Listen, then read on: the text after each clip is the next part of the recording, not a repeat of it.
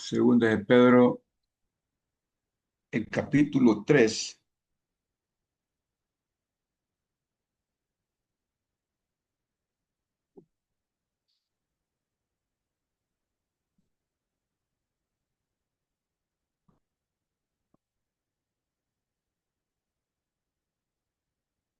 Esa es la palabra del Señor.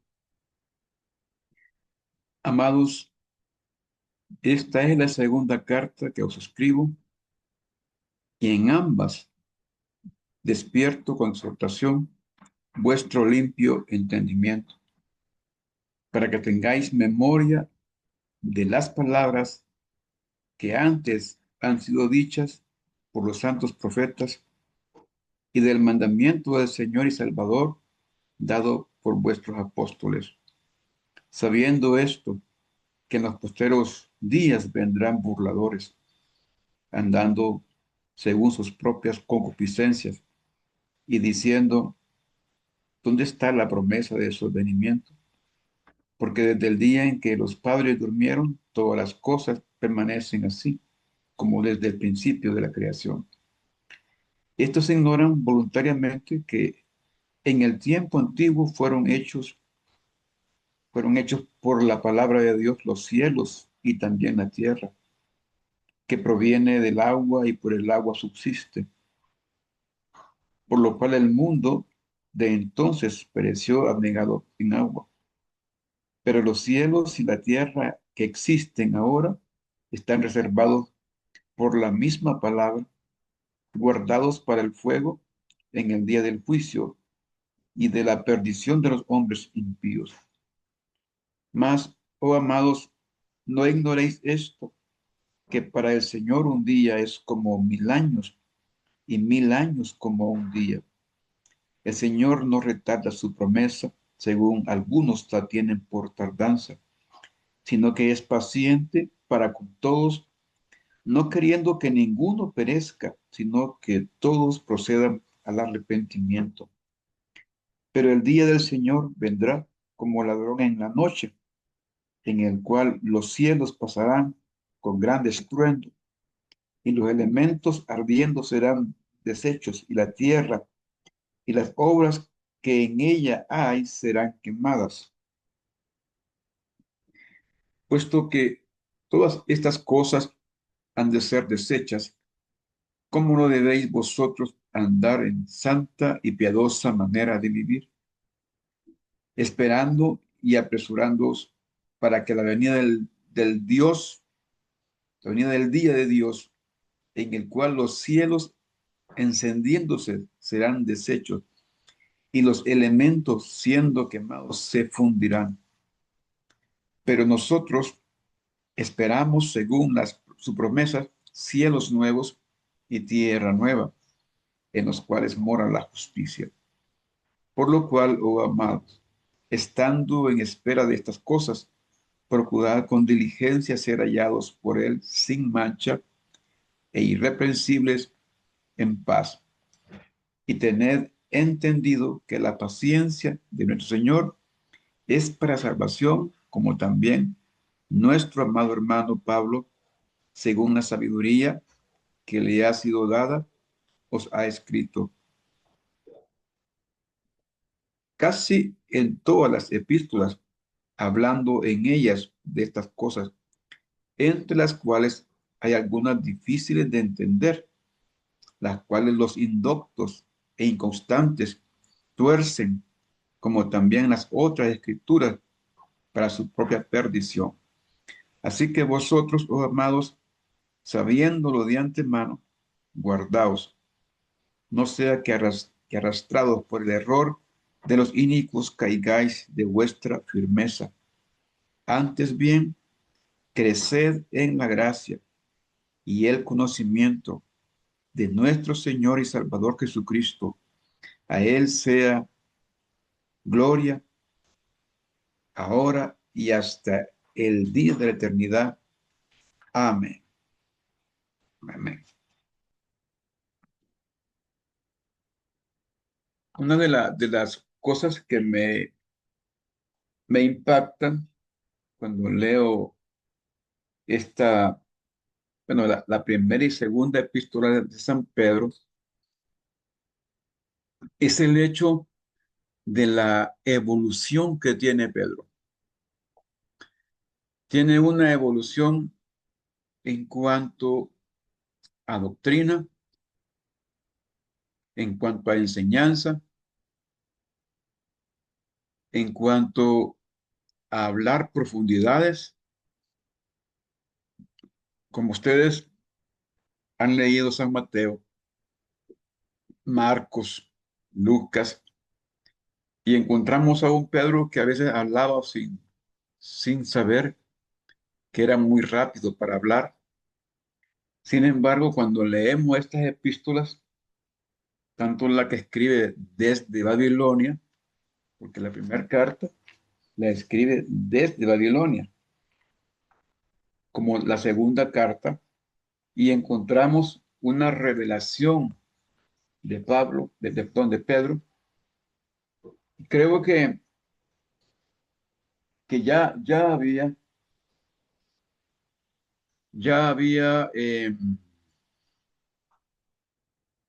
una discusión antiguamente, después del concilio de Yania, y allá por el año 160 después de Cristo hubo una discusión con respecto a el Apocalipsis de Pedro, ¿verdad? Apareció una, una carta, algo así como un evangelio, donde sale supuestamente la patrística de Pedro. O sea, él escribe ese libro acerca de los últimos días. No fue considerado dentro del canon como una obra eh, que pudiera incluirse para ser leída y para tener la lectura de, devocional entre los cristianos, pero no me extraña por el hecho de que Pedro en estas cartas está revelando la condición del hombre religioso y la condición de los últimos tiempos de los hombres religiosos, porque Pedro está hablando de estos falsos profetas, de los falsos maestros, y está hablando de los eventos, no solamente de los eventos que van a ocurrir aquí en la tierra, sino de los eventos que van a ocurrir en el aire, en la parte sideral. Y aquí lo encontramos hablando, y aquí esto me impresiona, porque habla Pedro con una sabiduría extraordinaria. Se adelanta a los que se burlarán de los cristianos diciendo de que ya día se viene diciendo que el Señor ya viene. Se adelanta. Y otra cosa, en este mismo tiempo también encontramos a Pedro hablando de cosas extraordinarias. Miren lo que dice en el versículo 4. ¿Dónde está la promesa de su advenimiento? Porque desde el día en que los padres durmieron, todas las cosas permanecen así como desde el principio de la creación. Y dice, estos ignoran voluntariamente que en el tiempo antiguo fueron hechos por la palabra de Dios los cielos y también la tierra, que proviene del agua y por el agua subsiste, por el cual el mundo de entonces pereció negado por agua. Pero los cielos y la tierra que existen ahora están reservados por la misma palabra, guardados para el fuego en el día del juicio y de la perdición de los hombres impíos. Oh, amados, no ignoréis esto, que para con el Señor es como 1000 años, un día es como 1000 años y 1000 años como un día. hablando de la eternidad de Dios, de la inmutabilidad de Dios, y que Dios trasciende en su soberanía los tiempos y la eternidad. Y luego explica, el Señor no retarda su promesa, según algunos la tienen por tardanza, sino que es paciente para con nosotros, no queriendo que ninguno perezca, sino que todos procedan al arrepentimiento.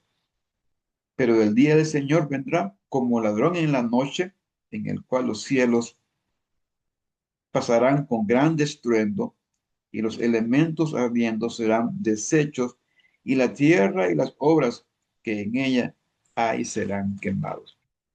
Todo el destino y todo también lo que habla Pablo en segunda de Tesalonicense y lo que habla Juan en Apocalipsis tiene una íntima relación.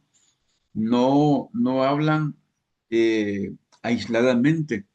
Parece que la unidad inspiracional del Espíritu Santo estaba colocando en las mentes de cada uno de tus siervos, ¿verdad? Un ingrediente, a cada uno un ingrediente, de manera que fueran unificados todos estos procesos de escatología, colocando una ventana escatológica en la mente de cada uno de ellos.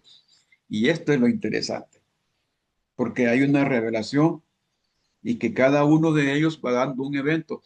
A veces cuando hablamos de escatología, eh, la tendencia es que buscamos Daniel y Mateo y buscamos Apocalipsis, pero hay una gran cantidad de información que el Espíritu Santo fue colocando en la mente de cada uno de los escritores, de manera que la iglesia tuviera todo un compendio de información para irse integrando la doctrina de manera que fuera completa, íntegra, que no hiciera falta nada. Pero hay algo interesante que Pablo habla de los indoctos y de los inconstantes, que dice que son los que tuercen las escrituras. Aquí lo tenemos en el capítulo, siempre en este mismo capítulo 3, y en el versículo 16 dice, casi en todas sus epístolas, hablando en ellas de estas cosas, entre las que hay algunas difíciles de entender, las cuales los indoctos e inconstantes tuercen, como también las otras escrituras, para su propia perdición. Y esta es como la parte medular, ¿verdad? Como la idea central, si vamos a tomar desde el punto de vista de la apología cristiana, eh, porque lo que hace Pedro es presentar una defensa respecto a la segunda venida de Cristo, pero está presentando que hay ignorancia sobre los eventos que van a ocurrir y también hay ignorancia con respecto a las escrituras y a los escritos de Pablo, que hay el ingrediente principal es la ignorancia, porque la palabra indocto significa ignorancia. Eh, y dice aquí inconstantes, que van a torcer las escrituras y también los escritos de Pablo. Y cuando se lee, por ejemplo, se lee en la historia de la iglesia, encontramos a personas como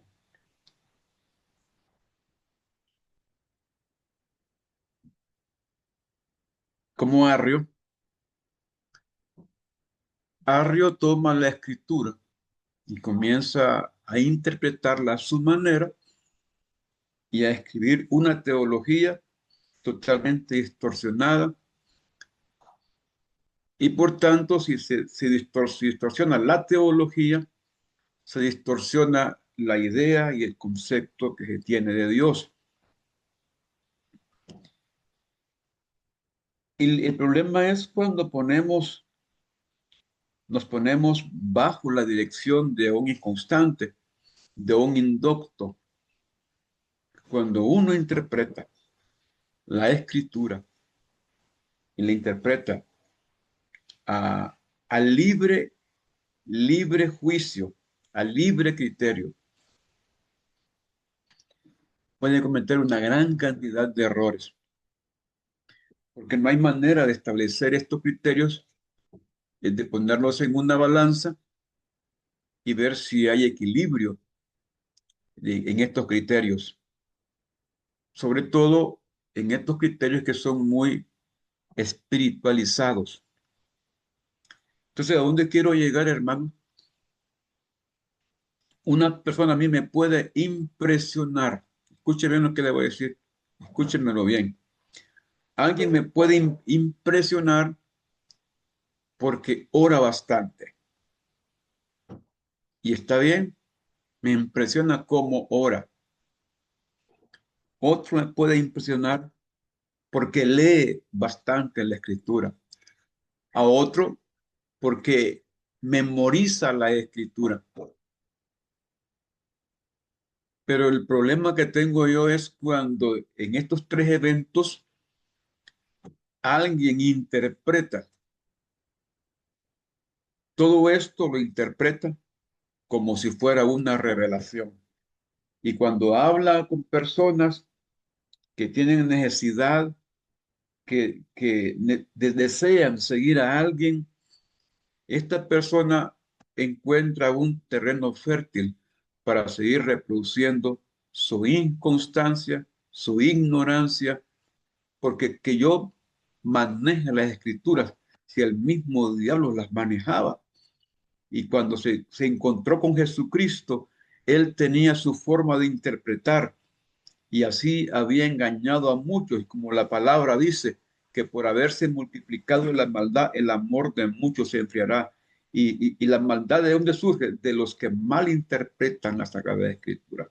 Entonces, los indoctos, los inconstantes, llevan a la gente a la inconstancia y a la ignorancia.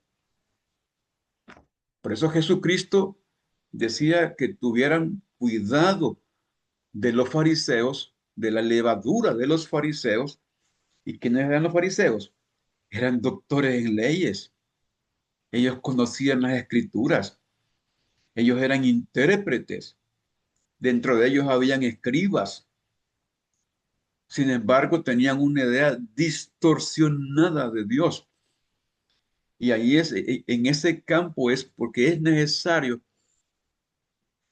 entrar a hacer estudios exhaustivos de las Sagradas Escrituras y formular doctrina, formular teología, de manera tal que la iglesia se vaya educando, se vaya formulando con una idea correcta, con una eh,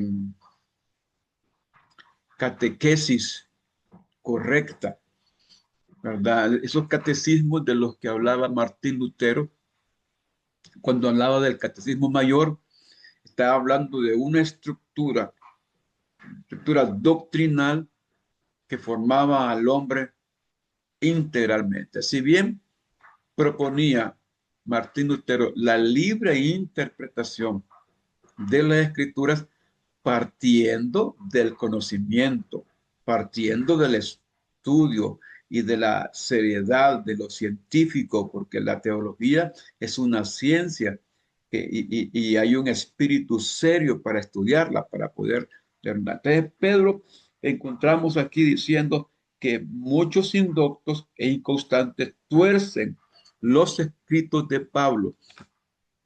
Y mire que, por ejemplo, el propulsor de la Vulgata Latina, Jerónimo.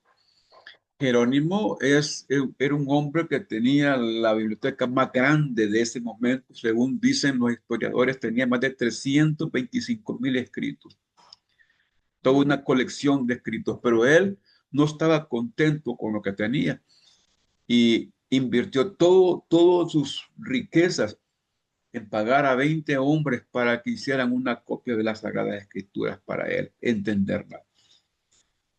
Pero Cuando se llega a los escritos de Pablo, encontramos a un San Agustín que comienza a tomar el escrito de Pablo y a colocar presuposiciones en esos escritos. Luego de San Agustín encontramos a un lapsario que le va dando una forma a la doctrina de manera tal que la gracia fuera el centro de la doctrina y que se colocara al hombre en una condición pasiva frente al designio de Dios. Entonces, ¿qué es lo que hemos estado viviendo? Hombre, no tiene que hacer absolutamente nada, solo recibir la gracia y en verdad la salvación es un don gratuito, ¿verdad? La salvación. Entonces, se tergiversa lo que es la doctrina de la gracia con la doctrina de la salvación. Y ahí es el campo donde ha habido una cantidad exagerada de interpretaciones. Entonces existe un lapsarianismo teológico y hay un hiperlapsarianismo teológico, y luego esto lo recoge Tomás de Aquino y formula toda una teología, solo que aquí le agrega algo más, le pone parte de lo que Santiago habla y une las epístolas de Pablo, sobre todo Efesios y Colosenses, y lo une con Gálatas y agarra un poquito de Gálatas y un poquito de Santiago. Aunque decía Lapsario que el libro de Gálatas no había que leerlo, porque ese libro tendía a confundir a la gente. El mismo Arrio decía que eh, lo que es el libro, que solo podía tomar 10 libros de la Biblia como santo, como divino, el resto de él lo agarraría y lo haría pedazos. Entonces, ven ustedes, interesante es que los inductos y los inconstantes tuercen la escritura. Y una de las cosas es que esta gente acostumbra a vivir de eventos emocionales. Hay mucha emoción, mucha emoción. Entonces tengamos cuidado, sigamos leyendo la escritura, porque aquí lo que dice es que así que vosotros, oh amados, sabiéndolo de antemano, guardaos, no sea que arrastrados por el error de los inicuos, caigáis de vuestra firmeza. En verdad, todos tenemos deseos de aprender y aprendemos todos los días. Pero ¿de quién vamos a aprender? Solo hay una cosa que pongo en perspectiva, que está en el capítulo 7 de San Mateo, que Jesucristo dice, por sus frutos los conoceréis.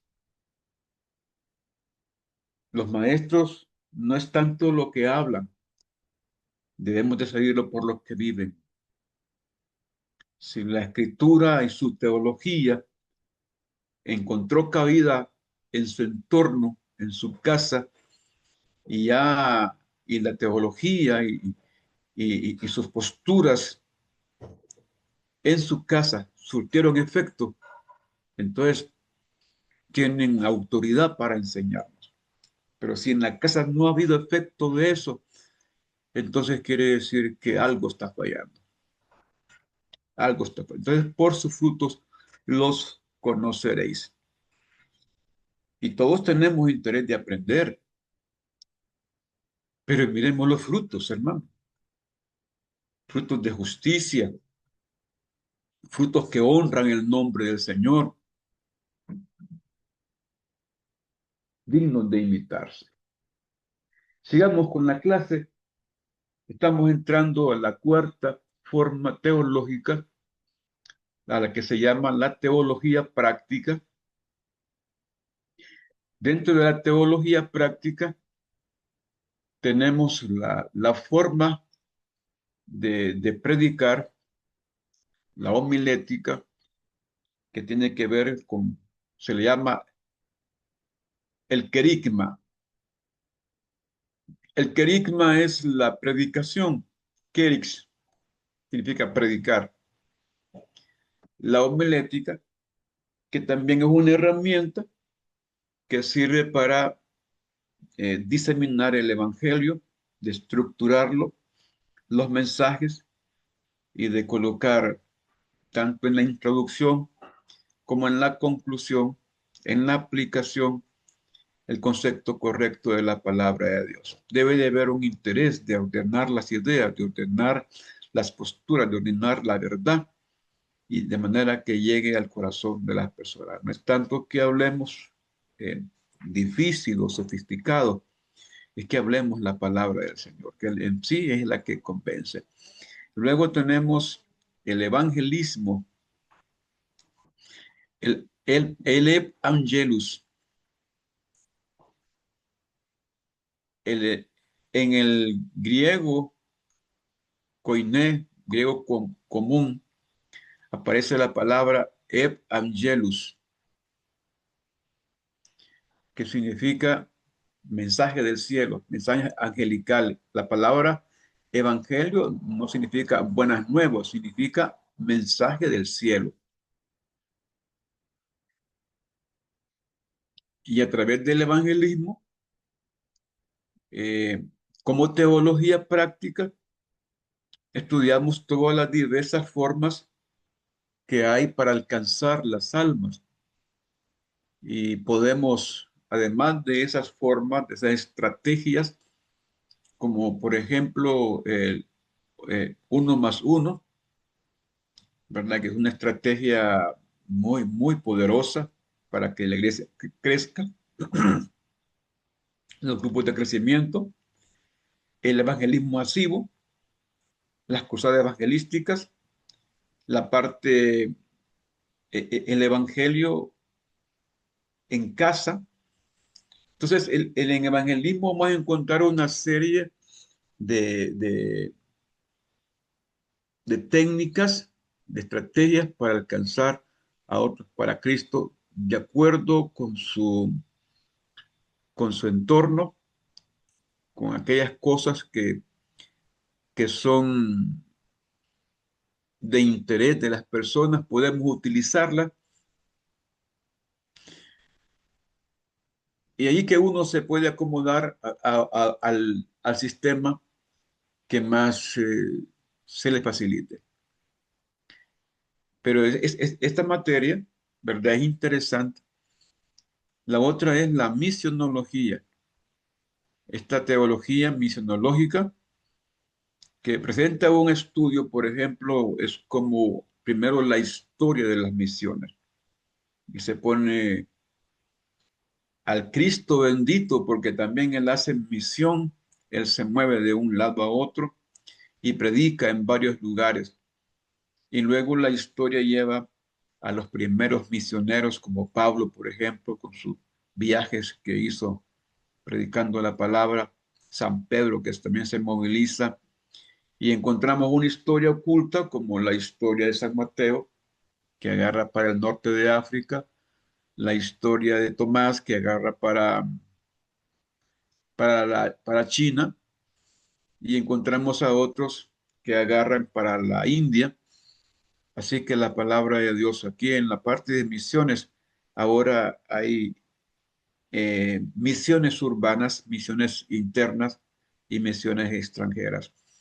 Esa es una de las materias muy, muy buenas para poder llevarla. Y la otra, la teología pastoral, que es la teología que se encarga de entregarle al estudiante las herramientas necesarias para comprender desde una perspectiva que puede ser una perspectiva vocacional, o sea, desde el punto de vista del llamado, como una perspectiva bivocacional, tanto como lo escribe eh, el hermano Déjenme acordarme de este hermano que es hondureño, por cierto, eh, y que aún está vivo, un hermano pastor que escribe sobre principios principios y alternativas de la teología pastoral. Hay un hermano de apellido Miranda, costarricense, que escribe su obra también, Principios y Alternativas Pastorales y Teología Bivocacional. Entonces, la teología pastoral es el mundo del pastor partiendo desde su llamado de parte de Dios. Dios pone la vocación y Dios pone con su Espíritu Santo todo lo necesario para que alguien que tiene el corazón de Dios pueda pastorear con el corazón de Dios. Y luego tenemos la educación cristiana, que es otra de las materias teológicas que nos ayuda a sistematizar la manera de poder llegar con la doctrina. Hay una exposición, un marco teológico con respecto a la educación que establece que una de las organizaciones eh, responsables de llevar la doctrina correcta al pueblo de Dios son las universidades cristianas, los seminarios teológicos y aunque parezca no muy serio, pero se habla también de la escuela dominical, ¿verdad? Como organismos internos de la iglesia que sirven para llevar la doctrina cristiana. Dentro de la teología práctica también cabe la música sacra y esta materia se encarga de colocar en la mente del estudiante eh, la formalidad y el mensaje dentro de la música,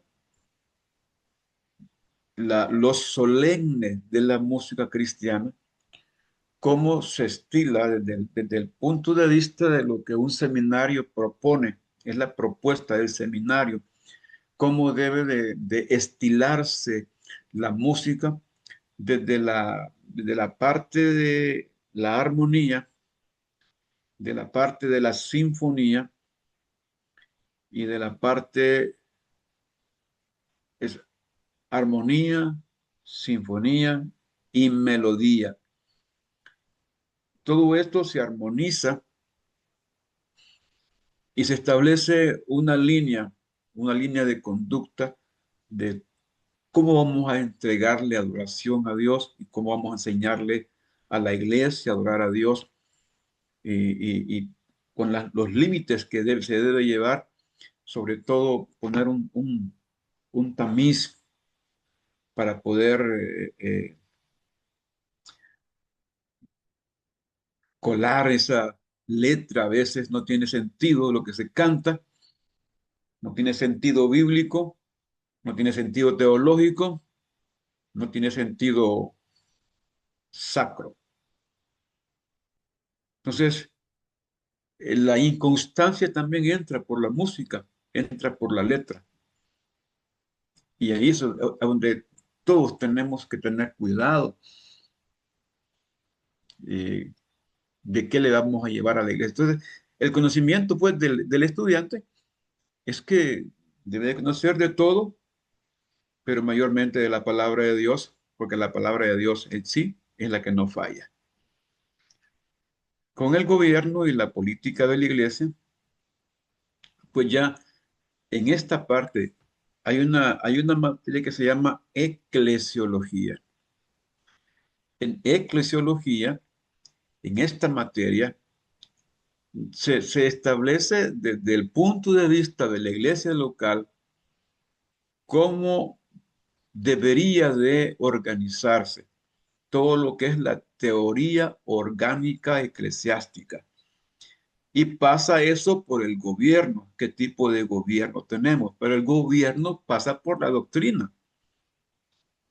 Entonces, tenemos aquí tanto el gobierno y la política de la iglesia se establecen en reglamentos internos, en estatutos internos de cada organización. Y hay un gobierno, por ejemplo, el gobierno congregacional, que se da en eclesiología, se mira esto, que es que el ministro del Señor no lo escoge el Señor, lo escoge la congregación. Y en algunos casos, cada 2 años se va a elecciones internas en la iglesia. En el caso de la Asamblea de Dios, cada año van a elecciones. Entonces el pastor se somete al escrutinio de sus miembros si quieren que el pastor siga o que no siga, que venga otro o que se vaya el que tienen. Entonces el pastor tiene que someterse. Entonces la mitad más uno, y eso decía en el artículo 25 del reglamento interno de la misión, en el primer reglamento que se tuvo en 1985, decía que ningún pastor podría estar en una iglesia cuando la mitad más uno de los miembros no estuviera de acuerdo.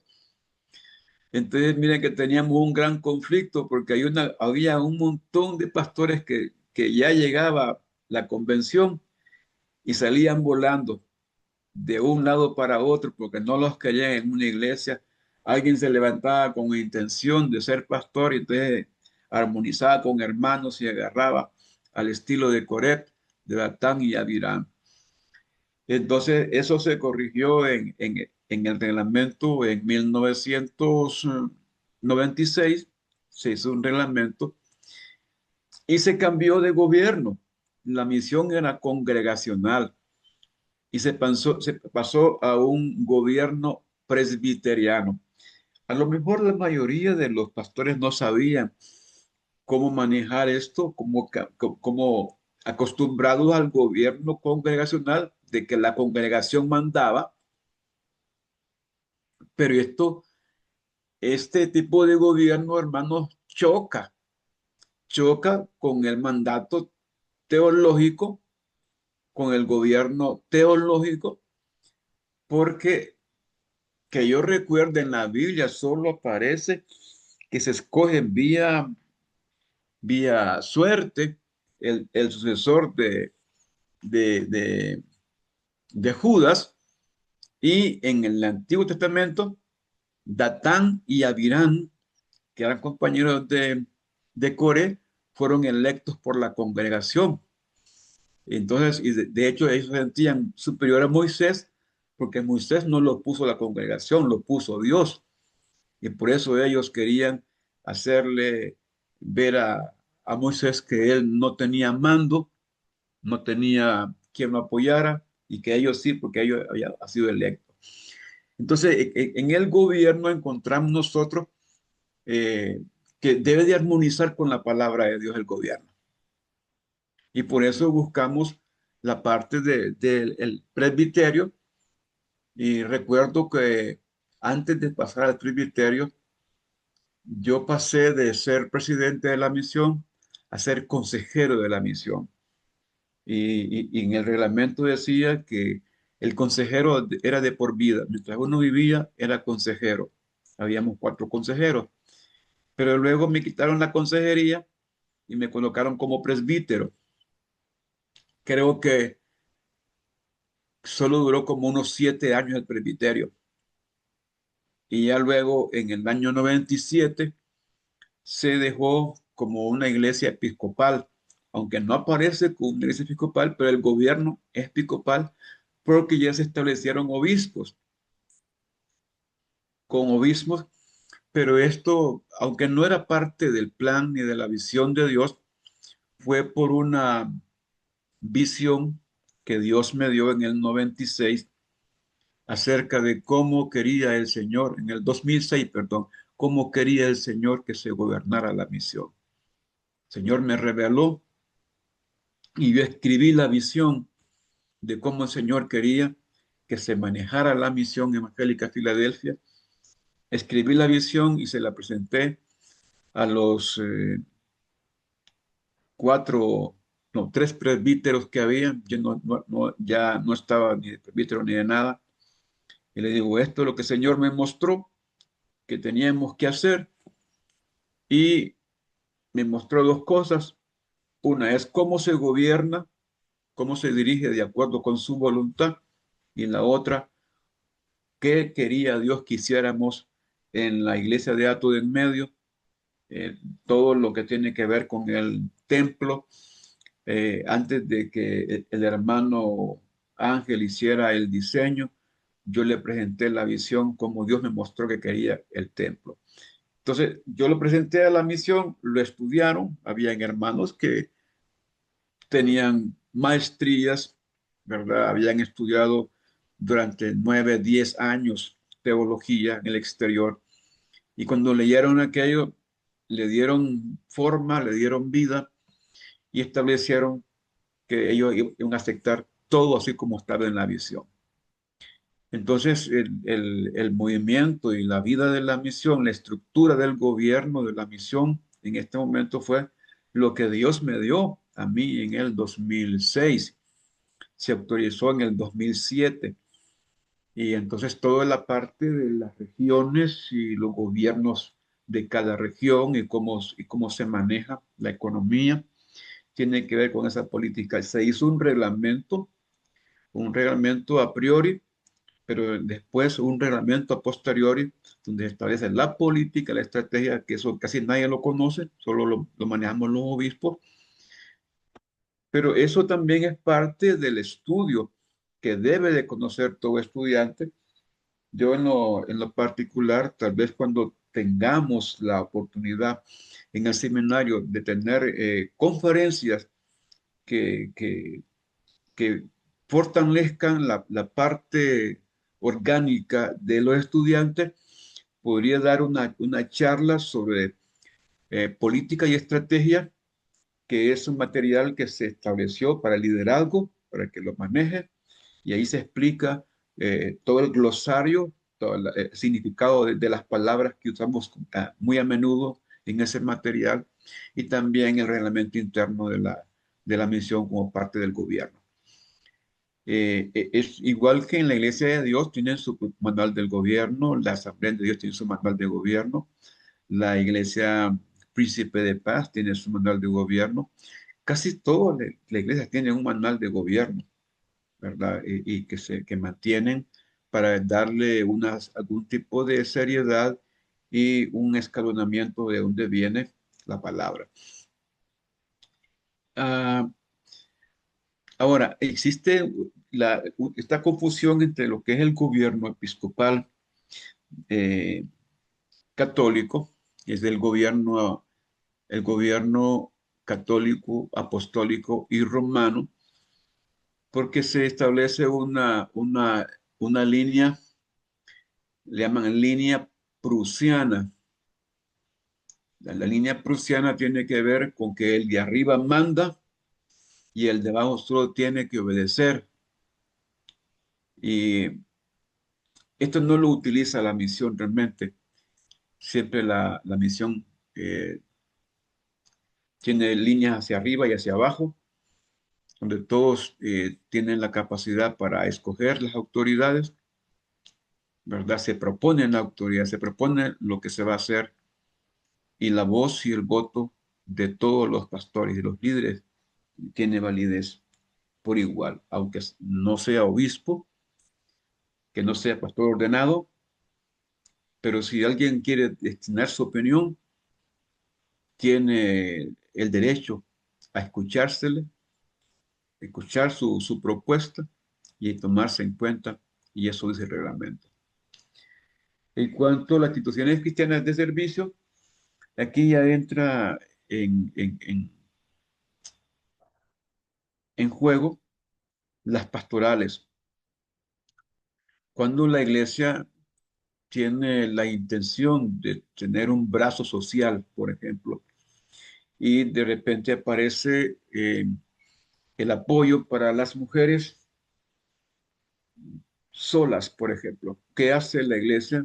Que las mujeres madres solteras que no tienen cómo ayudar. Entonces la iglesia puede formular agencias de desarrollo y apoyo para emprendimiento.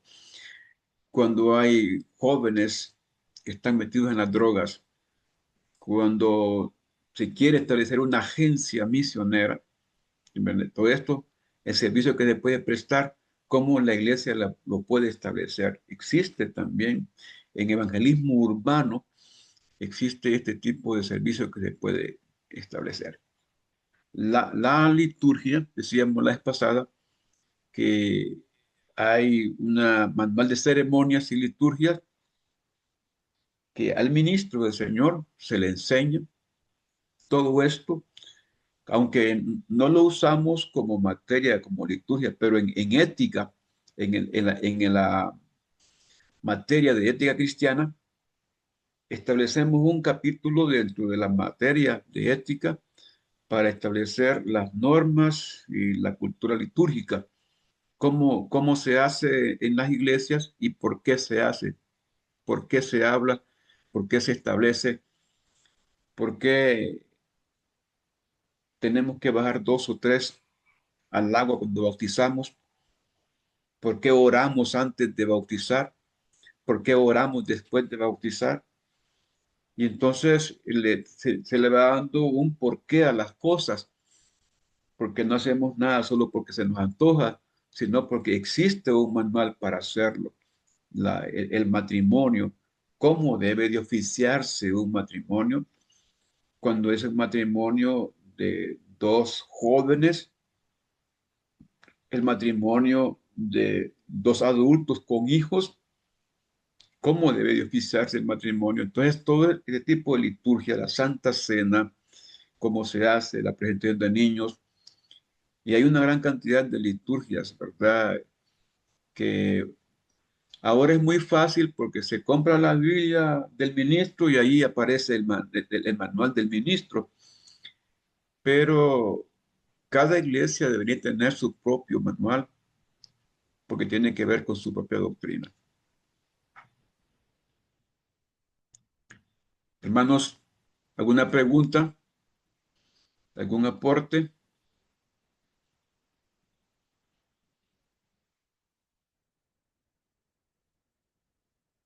¿Estamos claros ahorita? ¿Entendemos a esto? Esto es una explicación de las materias en el orden teológico. Quizás no todas están en el pensum del bachillerato, porque el bachillerato mira una parte, no lo mira todo. Cuando usted ya entra a licenciatura y entra a la maestría, ya en la maestría sí ya vamos a estudiar, por ejemplo, todo lo que es neumatología, armatología, soteriología, la teología irenaica, por ejemplo, que miramos ahí anteriormente. Y tengo la esperanza en el nombre del Señor, la fe, que este grupo va a llegar hasta la maestría, que no se va a quedar con bachillerato, no que va a llegar a la licenciatura y va a llegar hasta la maestría. Entonces ya estamos hablando de palabras serias, de hombres y mujeres que tienen un deseo ferviente de navegar en aguas profundas de la fe. En el nombre de Jesús, tengo la fe de verlos estudiando un posgrado en teología. Y por eso es interesante ver el significado, por ejemplo, de la teología sistemática. Y quiero leerle esto. Dice, el bosquejo anterior ayudará al lector a ver la ubicación de este estudio con relación al currículum total del estudio teológico. Existe un manual de navegación teológica escrito por Samuel Vila, que es más que todo cuando uno desea estructurar un seminario, entonces él presta ese estudio auxiliar donde da una descripción de cada una de las materias que pueden ayudar de acuerdo con el perfil, ¿verdad?, que se quiere de cada egresado. Y luego dice, por teología sistemática, queremos significar la amplia afirmación de la verdad de Dios conforme ha sido revelada en su palabra. Tal vez sea útil examinar aquí la relación de la teoría sistemática con algunas otras disciplinas bíblicas, como la exégesis. Dice, la exégesis es el cuidadoso análisis de una porción de la palabra de Dios en la lengua original y en que fue escrita. Eh, Esta exégesis es como extraer la verdad oculta. Si bien la hermenéutica sirve para interpretar, pero con la exégesis ahí utilizamos la lengua original, la lengua en la que fue escrita, y, y buscamos ahí la prosodia, la sintaxis y todo eso, las raíces, los fonemas, los morfemas, y hay mucho tecnicismo que se utiliza en el exégesis, ¿verdad? Quizás suena como muy pesado todas esas palabras, pero ya cuando comenzamos a utilizar las voces pasivas, las voces activas y a colocar lo genitivo, lo locativo, ¿verdad? De los verbos y de las palabras, entonces vamos entendiendo poco a poco qué se quería decir cuando se dice algo, ¿verdad? De cierto os digo. ¿Por qué la expresión de cierto os digo? Oísteis que fue dicho. ¿Por qué la expresión? Entonces en la exégesis se hace una explicación de eso, el significado, porque se toma la, la, los verbos, se van tomando los verbos y poco a poco uno le va entendiendo. En última instancia, toda la teología temática genuina debe descansar sobre el exégesis. O sea, la exégesis es como la base fundamental de la teología sistemática porque lo que hace es que extrae la verdad de las escrituras, extrae la verdad y nos pone en una correlación de entendimiento y la mente de uno se va acostumbrando a navegar en aguas profundas, ¿verdad? Desde la perspectiva de nuestra propia condición, ¿verdad? Va uno navegando. Pero entonces entendemos que la exégesis nos va a servir a todos. Cuando encontramos un texto, yo he estado leyendo primera y segunda de Pedro, pero también he estado leyendo Proverbios.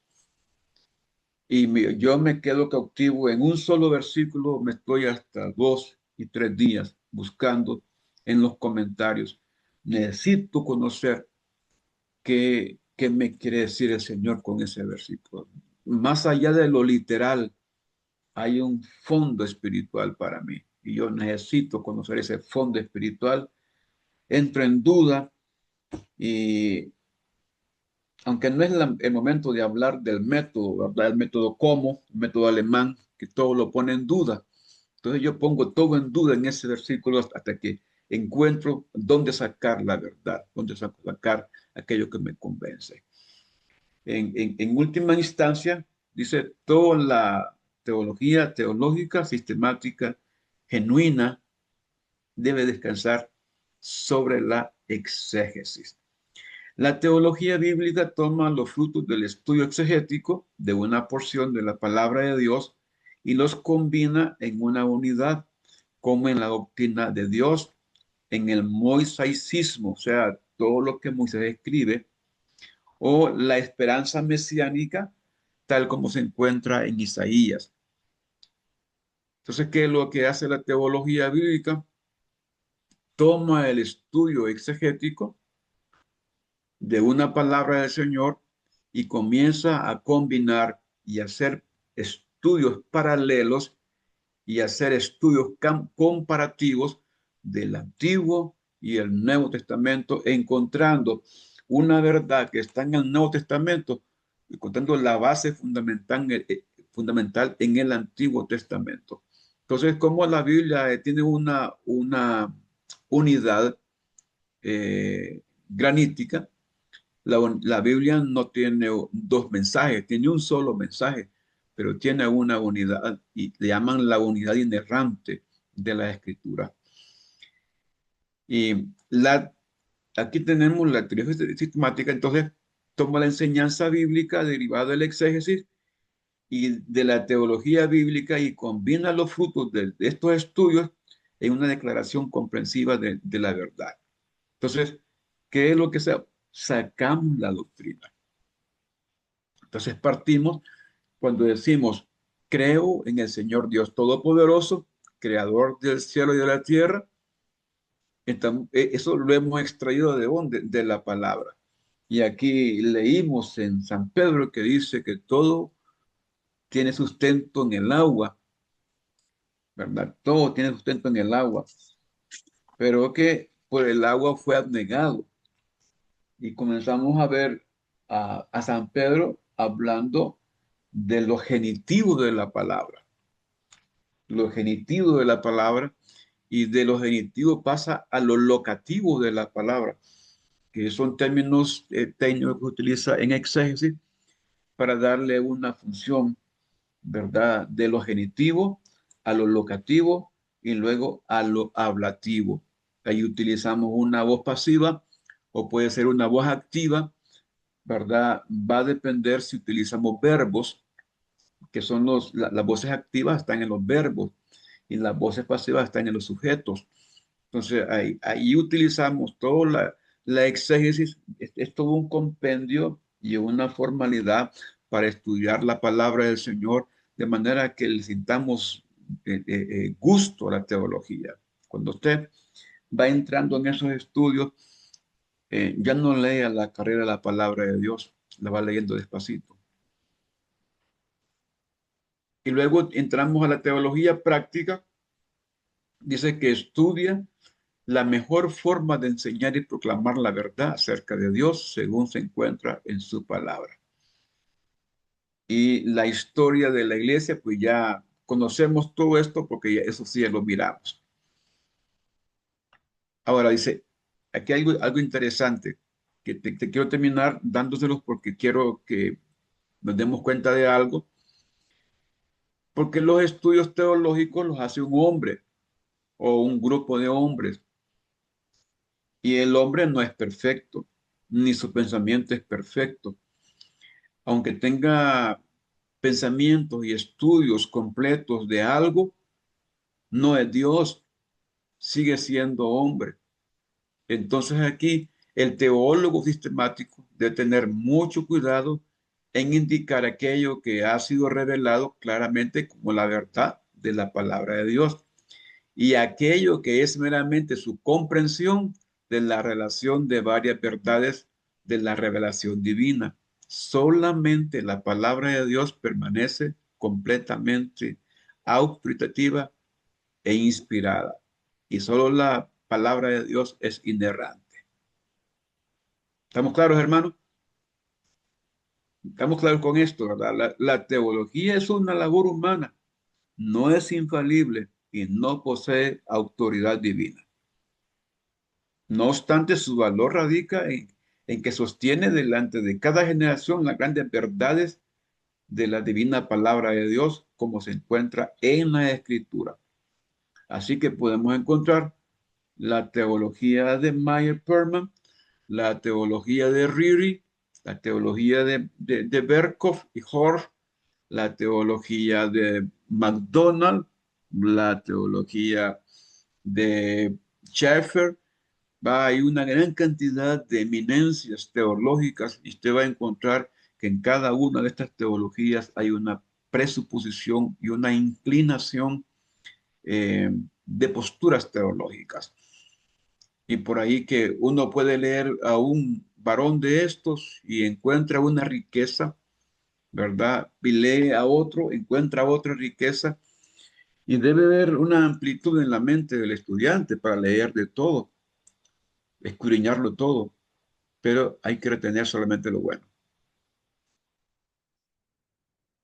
¿Estamos claros? Quiero dejarles un trabajito porque no les he dejado mucho trabajo con esta parte. De este numeral 3, ¿por qué el hombre estudia la teología?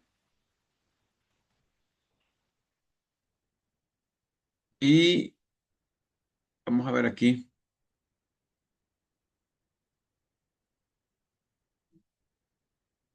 del numeral 3, llega hasta el numeral 5, numeral 3.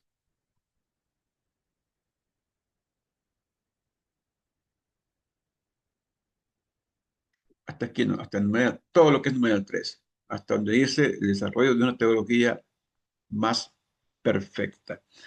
Hasta aquí lo que quiero que me hagan ya no es un resumen, es más bien un análisis, un análisis.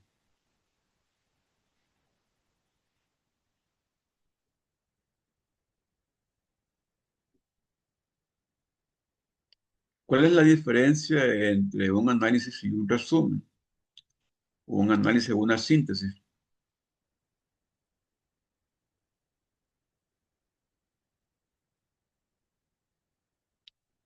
En el análisis, usted va a leer el texto. Y si ese texto tiene citas propias de un autor, si ese texto tiene citas bíblicas y tiene algo que ver con lo que usted ha estudiado, analícelo. Desde aquí, numeral 3, ¿por qué el hombre estudia teología? Todo el numeral, todo el numeral. Entonces, en ese análisis usted va a exponer, sí, en esa numeral, va a exponer desde su perspectiva, su propia perspectiva, va a exponer su entendimiento del texto que tenemos de por qué el hombre estudia teología. Ya los valores de la teología, eso tenemos que verlo después cuando vengamos. Pero esto sí me interesa. Haga el análisis. La palabra análisis desde el punto de vista doctrinal, de lo que es el trino, es como desarmar el texto y encontrar en ese texto la verdad central, la idea central, encontrar el porqué del texto desde su propia perspectiva. Aquí lo que voy a evaluar es su capacidad para entender los textos. Cuando hablamos de resumen, lo que uno evalúa es la capacidad para condensar un texto, para comprimirlo. Pero aquí es su capacidad para entender un texto. ¿Claro, hermanos? Bien, vamos a leer después de esos textos, vamos a leer esos trabajos. Yo me tomo el tiempo para leer esos trabajos uno por uno y ir viendo qué es lo que piensan y cómo. Ahí puede poner recomendación, usted puede poner sugerencias, usted puede poner lo que usted piensa. Quiero ver su pensamiento. Dios les bendiga. Dios me les guarde. Este grupo es el grupo más callado que he tenido. En el discipulado tengo hermanos que, ¿verdad? Hablan bastante, pero ya van a sacar los Eh, pensamientos, ya van a salir al aire. Estamos poniendo atención. Sí. Bueno, hermanos. No, ya, cualquier duda que tengan, por favor, allí en el mismo grupo, ¿verdad? Cualquier duda, hágala, póngala ahí en el chat de bachillerato y vamos a tratar de evacuar. La verdad que cuando hay preguntas, porque es que uno estudió muchas cosas, hermano, pero no todas salen de un solo, ¿verdad? Pero si hay preguntas, eso como que llega hasta allá, hasta el subconsciente, ¿verdad? Y algo sale. Eh, cualquier duda que tengan, ¿verdad? Sobre la clase, con mucho gusto, hermanos, por hoy, que Dios me les bendiga, que Dios me les guarde. Les pido sus oraciones porque voy a salir el día viernes, voy para Agua Caliente con mi esposa y los muchachos. Vamos a predicar allá. Y la calle es un poquito hasta Nacome está pavimentado, pero de ahí para allá la calle no está muy buena, ¿verdad? Y necesitamos cobertura de los hermanos. Voy a pedirle al Amén. hermano Alex, ya que lo veo aquí sonriente, el hermano Alex, que me nos dirija en oración, por favor, hermano Alex. Amén, pastor. Bendiciones, hermano. Cerremos nuestros ojos. Amado Dios, gracias te damos. Bendecimos tu nombre, Padre. Gracias, Señor, por este tiempo maravilloso de aprender, Padre, de tu palabra, tu bendita palabra, oh Dios. Gracias porque tú, Señor, has puesto en el corazón del pastor Elmer, Padre, del liderazgo de MCF, Señor, aprender y has puesto en nosotros, Padre, esta disposición de este tiempo y de nuestro corazón para aprender más de ti, porque te necesitamos, Dios, te necesitamos y realmente, Padre, necesitamos parecernos contigo cada día más. Pero gracias, Señor, por este privilegio, Señor, por esta oportunidad maravillosa de conocer más de ti. Abre nuestro pensamiento, siempre nuestro corazón para atesorar tu palabra y ser hacedores de tu palabra, siempre. Bendito sea Dios, bendice la vida de cada uno de mis hermanos. Eh, Al pastor Elmer, si alguno tiene necesidad, Padre, seas tú, Señor, supliendo de acuerdo a tu voluntad y a tus riquezas en gloria. En el nombre de Jesús, te alabamos y te bendecimos. Amén y amén. Bendito sea el Señor. Entonces, hermanos, nos miramos, si Dios permite, el próximo miércoles por esta misma vía y les voy a dar para este trabajo, para que me lo entreguen el otro miércoles, porque así les queda tiempo toda la semana y yo evacúo el material, evacúo el trabajo, ¿verdad? Y lo puedo evaluar también ahí nomás. Las notas de homilética ya las estoy terminando, ya tengo todos los datos, todos los insumos y voy a pasar todo el listado con los hermanos y sus notas a los hermanos a él y la hermana Gaby, que son encargados del seminario, para que ellos les hagan a ustedes hacer a lo mejor individualmente eh, el estado de su nota. De hecho, todos pasaron, ¿verdad? Todos los que hicieron la práctica, todos los que me hicieron los trabajos, ¿verdad? Son 6 trabajos los que se hicieron, más la práctica. Algunos, se acuerdan con la práctica aquella de 5 minutos que me hicieron ustedes, hicieron el mensaje, pero algunos me mandaron no solamente el escrito, sino el mensaje en audio. Entonces, ellos tienen un plus. Aquí está mi esposa que quiere eh, eh, hablar con ustedes un segundo. Muy buenas noches, hermano.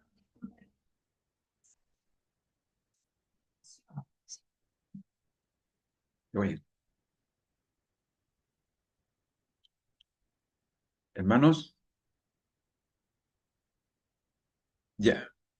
¿Están escuchando? Sí, te oye. Okay. Bueno, con esta clase estamos primero.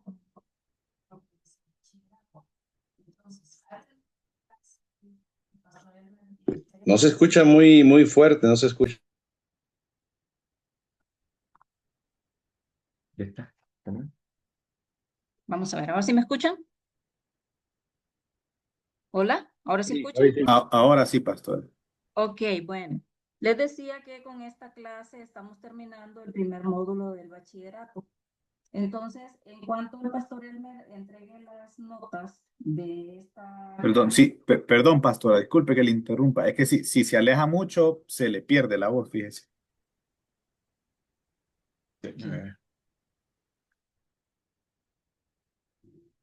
Aquí está. Vamos a ver. ¿Qué es? Vamos a ver. ¿Ahí me escuchan, hermanos? Ahí, pastor, ahí le escuchamos. Ok, bueno, vuelvo a repetir. Les digo que es la última clase, ¿verdad? Del bachillerato. No, del bachillerato, ya quisiéramos, ¿verdad? Que fuera la última. Es la última clase del módulo, del primer módulo del bachillerato, ¿verdad? Estamos, bueno, pero ya es un logro, ¿verdad? Ya son 5 clases, ¿verdad? Que gracias a Dios, pues ya se lograron.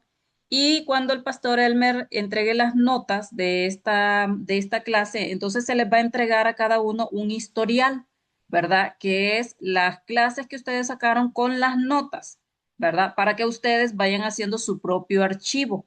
Así, bueno, creo que la mayoría de ustedes han pasado por la universidad y saben que después de cierto tiempo, pues uno tiene derecho, ¿verdad?, a tener su historial de clases. Entonces, eso se le va a dar a cada uno de ustedes con su nombre, con su número de identidad, ¿verdad? Porque queremos hacer esto lo más ordenadamente posible.